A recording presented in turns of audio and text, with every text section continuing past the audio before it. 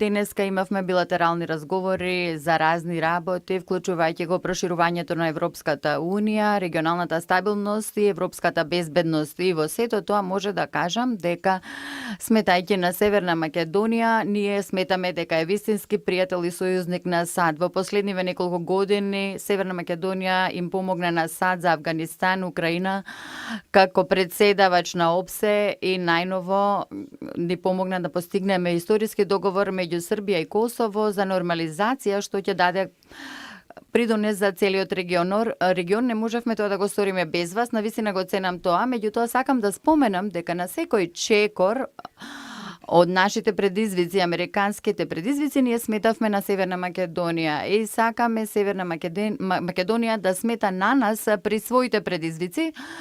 И партнерството кое што го доживеавме, степенот на поддршка за заштита на вредностите и проширување на демократијата, Северна Македонија постојано беше со нас и како резултат видот на партнерство што го имаме во Европа, сакаме да ве видиме и во Европската Унија. Ние сме најентузијастични поддржувачи, ние сме веќе дел од трансатлантската заедница, да станете формални членови на таа заедница, а тоа вклучува Европската Унија. И сакам да кажам дека во смисла на проширувањето на Европската Унија, секогаш сум велел дека Западен Балкан е најнадежниот дел од Европа во моментов. Тие во моментов економски најбрзо растат, со огромен потенцијал да даде придонес во сферот на енергетиката, бродоградежништвото, транспортот, информатичката технологија и многу други сектори кои што ќе придонесат кон растот на Европската Унија и проширување на трансатлантската заедница. Така што